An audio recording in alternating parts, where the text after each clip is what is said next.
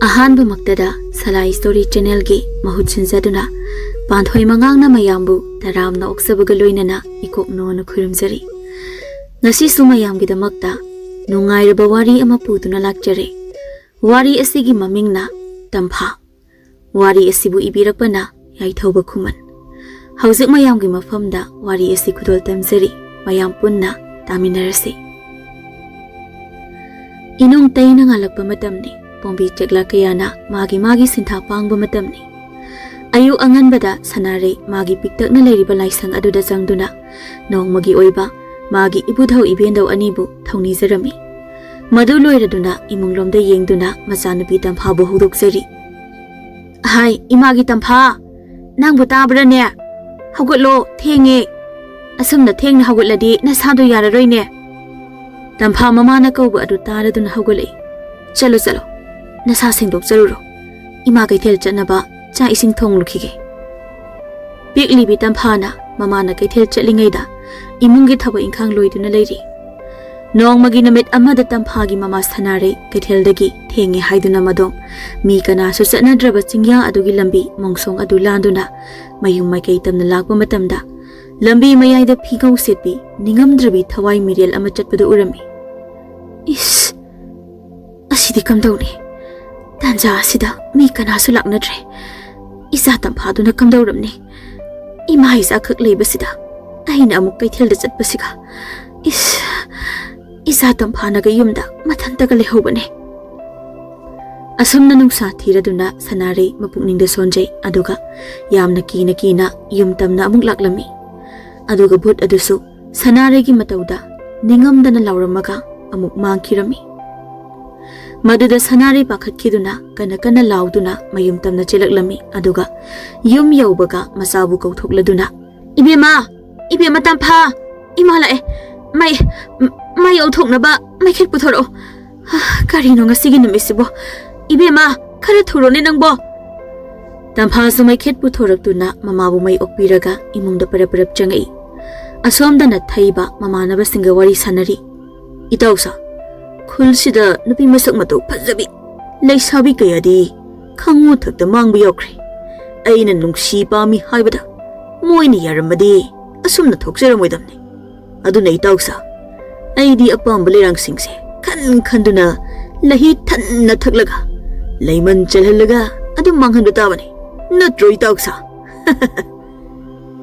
Numit adu haukhiduna nongmagi numit amada Tamphasu laisa pungkak pharakpa matamni Sak phajabata natana Tampha jungphiral chabadasu khungi mi singna hainaribani Tampha mamagi mateng pangduna leirami lembi Tampha hoigi yum tamna laktuna ita Tampha ngasidi loktak pata kumduna tharo thambal hekluse aduga chingu moirang thangjingi laiko nungda yolunaba harauba makum mathasu yorakle aduna tharo thambal heusi ita Tampha mama da kirapna yenglei maduda mama ibemana Hoi chaluro thengna mamna leirakanuko isa animak namit leiringaida yumda haloko asumna mamagi ayaba yawna Tamphaga lembiga do loktak laktuna hi tongduna tharo thambal hi ita loktak imagi masai konse phajadra hoi da ningthizai loktak leirimbi imase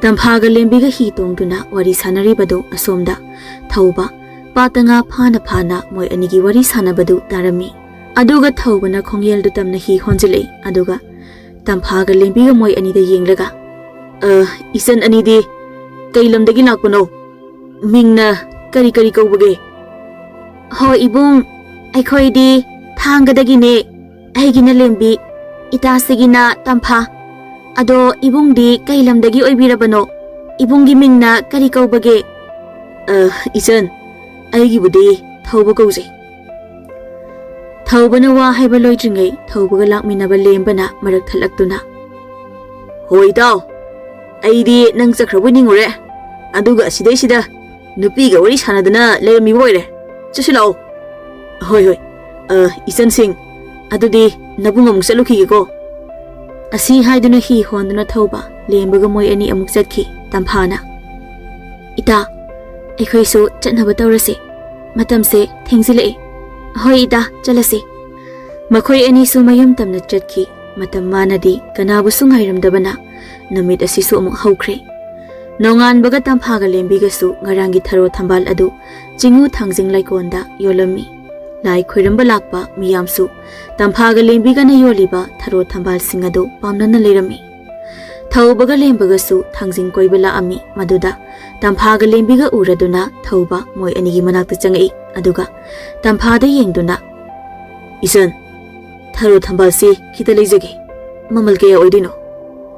Tamphana thauba ubaga ikaina Ibung tharo thambal pambirabade ibung dana channa singe lerang asimade khudon tawjarage. Thaubada lei adu piraduna lembi Tampha chatnaba thorang lami. Isan nabung wa amata haihoge lanade lobiganu-ko. Haibiyo ibung.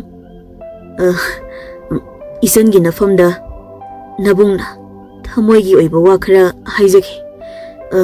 Isan gi khangnajabaga leibra. Wa adu tabada Tamphana ibung nachande khangnajaba leijadrida. Nabungde isan gi ningthijabi maitho chamjabi na tawdu ubada nabungi thamoi ase isan tabu laining oire. Aduna ngasidi isan gi wa amatang tajage. Ibung nachande laibak thibini aibu pokpa pabasu leite. Lairabi imaga leijabane. Imagi mateng pangduna hingzaribi punsini. Ibungi nafamdade nachalase matik chajaroye.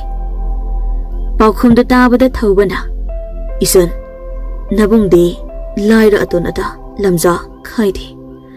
Aduna isan bu nabungna punsi supa ngak senduna leijage. Lembina adude ibung khoisu jingo thangjingbo khoirambiko adude ikhoisu amuk chalukhigeko. Ida lau salase. Adubu mapu mana Tampha amadi thauba anigi laibak kari thokani haiba tamba ngamlamde. Asumna matamsu asum hauki thaubaga Tamphagasu toina unaba thengnabana thaubaga Tamphagada thamoi sengna nungsiba haibadu oiraklami. Isan nabung ngasidi wakhalse haifum khangde. Kaidawrage ibung? Aikhoi imanasu imau pusila osida hairaga leire. Ado isan karam kanda aigi yumda lake haibano. Nabungi wakhalase leitafum khangdrene. Ibung matam kharade laikhise. Imasu mathanta leibana aina karamna imabu thadoktuna chatkani. Hoi hoi. Adudi ibanisu thengsu thenge. Yumda muhallasira. Hoi ibung. Adubu nongmadi thaubaga Tamphaga moi anina unabadu ubada khaba khoisauna na yengami. Mabuk ningda sonjay Tampha nangbudi ayu aiba haibase nongmadi soidrabani haina. Aduga numit adugi ahingda khabaga mamanaba kharaga Tamphabu phanaba wa khanarami. Maduda mamanaba amagi tamthiraba theba kauba mapa amana sanariba wari adu tarami khabana. Ngasidi Tamphabu ayu aidaba yadabane. Thebana hai nakhoina hainariba adubu kari kari none. Ipana haigadabadi apambana pi haibasidi uringai nakhut chalhaunaba lemna manghaldanaba honagadabani khabana hoi baba. Asi haiduna ahingadada khaba mamanaba kharaga Tamphagi yumda laami. Asomdana Tampha pi sari mama sanarina langzak zakli. Ibema thengsu thenge tumnaba tawrasi. Phido hayeng amuk saro. Lao lao tumurasi. Hoi ima. Ima hana changbiro. Ai phi siloi dawre. Masi loisilaga changlaage ima. Hoi hoi thuna changlo ko. Asi haiduna mama ado imungda changkhibaga ngasaidagi yena kharomdagi lumduna leiriba khabagi mamanaba amana thaubagi khonjal saduna Tamphabu kaurei. Tampha tabro nabung thobune. Tamphadu thauba oida oiraboi khanduna yena kharomda thoglei. Tanja adu lauduna khabana chungsinduna Tamphagi machin mensinduna chingyaromda puduna chatkirami. Aduga Tamphana wakhal tarakpada masak khangdaba khaba khoida yenglaga Nakhoi kanano aibu mafam asida karigi pharga puraklibano nakhoi kanano Nangbu kibrane ikhoi sibu kibrane Kiganuda, say, Aina Nangu Sinajarapa, Lumaisha, Kuirabanine.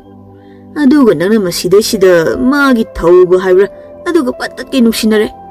Adu day to the issue, Hick sounding dana, Mina Hanki de Sharwadina, Aina Hana Lahore again and Nancy Party Banine. How's it the Tauban and Nambukan Bungamler? Egi a Bambasu, Tunglani. Tampha Kurukuda Kunduna, non Zeraduna. Ibung Nachan Boygi the Tinbio Imado Masaha elected with a Pakalamani. I want him the Tinbio Ibu. Aina Nangu Tinbiva. Kaba, Hainadaba Mianga Loinana, Tafatam the Sanxilapadu Ubada, Tampaki Vanakapi. Ibu, otherwise Dogan, the Selva de Canmio, Ibu, otherwise the Wigano. Kiganune, Kishuto in Tampanambo. Ihe, Kiganu Harg, Makut Masagas a Kandana. Masidi, Masaki Poy Pozaki. Tampha a hingadada, Patkidraba, Nubizopa Kaba, Amadi, Magi Marup Singaloinana, Tampabu, Sarak Tambikirami. Marai Baktirabi Tampha, Bambaili Trabi Amagum, Higna Kapseduna. Ibu, Nachan Buandak Maposi Madi. Ibung Ginakada, Lisa Tambagamdre. Bambaili Trabi Nachalaibu, Waro Biganuko Ibu. Aduga Patraba Minong Sisin the Masagi Wakaljin but Moibudi. I lem Namata Taro Mikupasida. I get Hawaii Manglabasu. I get Ningam Drabat Hawaii Sina. Noibudi, it could be a laman sinkiniko. Ngayhak lay batungda Tamphabu masampayduna sorosorchingduna tamthina otpeyabo otlabatungda u amada thoriyan sinduna tamthina hatlami aduga khabaga mamanabasing aduga noknokduna chakhirami Tamphana thawai thakraba matung numit adugi hingadusu akibatana thalami numit adudagi ningamdraba Tamphagi thawaina laman khumnaba mi phatraba khaba moibu thibasu horaklami aduga mama sanaregi manglanda masanubi Tamphagi ningamdraba thawai mire laktuna kapserami wari pumbasu mama dalizerami sanare na mikap thogladuna masabu ningsingduna kauraduna kaplami aduga nongan baga mama sanare na kaptuna khullai kaida taktuna masabu angaubi amagumna amuk thirami adabu laikai miyam changna thiba yaba thirabasu Tamphadi phangba kauba leitre Thaubasu pawasi hektaba numitagi angauba amagum Tamphabu thijarami aduga thauba makhoi anigi unafam loktak mapan aduda phamduna ningamdana haijari Tampha nabung aibu warong na chalabra nang amuktang di halakhoba nabung yaware aigi awabase nang bu yengba ngamlibro nangi khongol liba ngamde haina nang aibu warong bro Tampha, ayawar. Nang karay dalay magay. Ayam na wari. Numit asigi namitang ahingda, Thaubagi manglanda. Tamphagi thawai mirel adu laktuna, kapna, Thaubada pautam zaray. Ibong na, nachan ibog kauduna, waraw na kapadi. Nachalay sukang dabanati. Pambahilay trabi, nasama pok lubana. Ngasi di ibang butadok to na, may patrabag ka bagi makuta. Nachan na ibusarak tambido na, tamti na at piredo. Ibong, nachangit away se, ngasi di am nawari ni ibong. Aduga Tamphana kapna magi asiba haksang polang leifam taklami aduga magi haksang polang adubu thiduna mathau mangam taunabasu Thaubada haijarami aduga Tamphana phatraba khabadi mahak masamaki makhutna pena laman khungani hainasu hairami asomdana khabasu sumkiraktuna magi marup khaiga wari sanarami khabana kidaba saduna Hera marup piet lawi nupi ama loisan kibai kigada banatida. Marup amana adugi natte ba marup khaba mangda sum urami haibi wani yare se yetnaraga leiranu ado hidak ti kanana lawruge ba khabana marup chawba nangna hidak adu lawro ine saki hoidagi lawro khara thuna rauko somdana ningamdrabi tampagi thawai mirel na senaduna leirakpana tanja asi sari khanduna yakpagi tong oirapna akanba sahumga loinana yakpagi mamang maktada haudong amubi ama akiba khonjal ga loinana chongthori yakpa khangpre khangduna oima koinu ne koinu jikida ai se mangju nongdi nongairamde imana su chatkino haijabane ba madugi khaba haibra rasi ma chena phau yaudu badugi matung inarudana kai sari haujikte yakpana murum sonduna sum lakpana lambi lamhang amagi matai oirapna pukri wai tauba ama leiriba adugi manak yorukpa matamda yakpa kari phaurakpano pukri aduda nupi ama iraknabagi khonjel ama tarami madu tabada yakpa chaplepi aduga pukri adu tamna sum changduna yenglubada tamphagi akiba phanglaba thawai aduna yakpa bu makhong pairaga taplangna pukri da singthaduna mihat thina yakpa bu hatlami aduga hidak loba chakhiba nupa adusu tamphana mihat thina numidang aduda tampha bu thauri yan sinduna hatpa aduga chap manana thauri yanduna hatlami asumna tamphana mathang sum halakpana haujikti khaba yam kina leiringai tamphagi thawai adu akiba phangna khakna noktuna ngasidi magi maning thunglagani khanduna khabagi maikai tamna tamphagi thawai adu paisilei khaba mamanaba sing adu ngaiduna yam kina leiringai tamphagi thawai aduna nupi amagi saklo loduna phatraba mi singna tanarakpa saduna khabana leiriba loksang tamna chilaklami madu ubada khaba ingangakna kanano nupi ni ne kari kaidaurei ibong aibong takanbiyo phatraba mioi sing sidagi aibong takanbiyo ibong ayamna ki ibong itanda leiringai sida masak matu fazabi nupi ama inakta jelei sibu hoi ai kange ki ganu koisan nupi da sopa khabana nupi adubu mi letaba tanja lauduna nupi adu makhut channa bu khona ba hori aduga tamphadi tanja chari khanduna magi akiba saklonda amu onduna mamai mamit yaudaba I thangdraba pathapum tharaba thawai aduna khabagi mathabak tamna chongsilei khaba lawba ngamda lengba ngamdana leirami maduda tamphana machin tumlaba posak amana khabagi thabak tamna thumna thilami aduga amuk tampha magi asengba saktamda onduna ningamdana khaba tamna yengna hairei shadagi hina tolaba minungsi khangdraba na khoina chamjarabi egi punsibu nungsiraba imadagi setuna munbiraka aibu minungsi leitana hatpekibada ngasidi aina su nangbu tamthina hatuna ikhat pena laman khamjaba taridana asi haiduna khaba bu tamphana otpa horaklami maduda khaba chaina khangba ngamdana leimai thakta onduna leiringai tampha amuka magi akiba saktamda amuk onduna thauri kongoi laktuna loksang adumaktada khaba bu yansinduna hatlami aduga tamphana laman khumba loiraduna khonjel thokna akiba phangna kamnok noklami nongan baga thawbagi manglanda tamphagi thawai laktuna hairambagi matung inna thawba chingya aduda laktuna tamphagi lokshin pham khangdraba patha pumtharaba haksang adu khomjinduna mabukning pena konduna kapchai aduga tamphagi haksang ado tamphagi mama amadi khunja singa loinana mathau mangam ningthina loishinbirami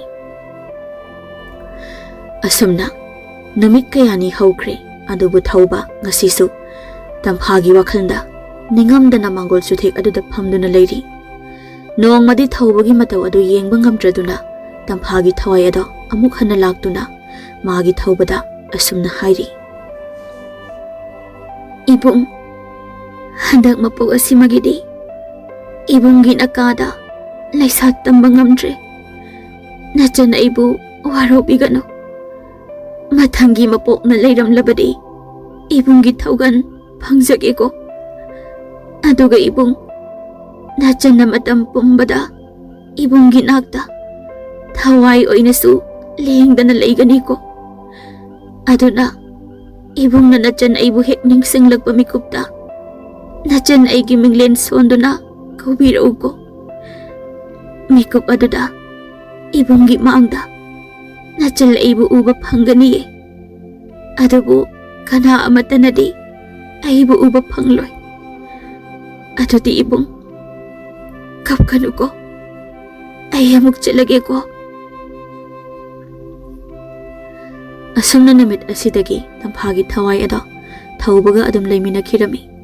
Aduga thaubagi mateng kaya amasu Tamphagi thawai aduna pangbirami. Adubu miyamgi mityengdadi thaubase wakhal choiraba mi amagumna ubirami. Adubu thaubaga Tamphagadi mimanadraba angakpa nungsi ipakta luptuna punsi supa laiminakirami.